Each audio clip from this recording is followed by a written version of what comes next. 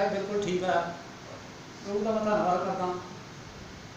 इस चर्च से मैं आंदा 8-10 साल हो गए आते हैं, इतों शिफा मिली, मैं ठीक हाँ। प्रभु का धन्यवाद करता। हालेलुया। तो मैं टेस्ट कराया, कोई भी नहीं तकलीफ हुई, ठीक है बिल्कुल।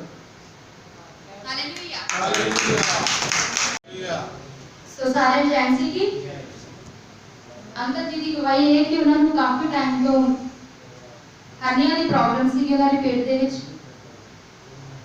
और परमेश्वर ने उन्होंने हरनिया तो उस प्रॉब्लम तो आजाद किया। जब उन्होंने टेस्ट करवाए तो उन्होंने बिल्कुल टेस्ट नॉर्मल आए, कोई भी प्रॉब्लम नहीं आए, और परमेश्वर ने उन्होंने चंगा किया। इसलिए परमेश्वर का बहुत बहुत ज्यादा धन्यवाद करते हैं। हालेलुया। ऑपरेशन करना पड़ेगा, नहीं ऑपरेशन करना पड़ेगा, ठीक है। धन्यवाद प्रभु का बहुत बहुत ज्यादा कि परमेश्वर ने ऑपरेशन तो बचाया, क्योंकि जो भी असली कहने परमेश्वर साडी